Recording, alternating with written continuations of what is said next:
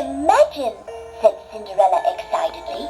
There's a ball at the palace tonight in honor of the prince, and every maiden in the land is invited. That means me too.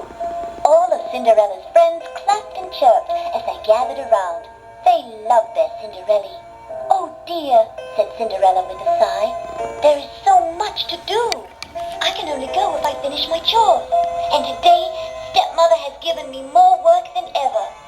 There is washing, mending, ironing, cooking, scrubbing, sweeping, and... Suddenly, 3 loud shrieks came from downstairs.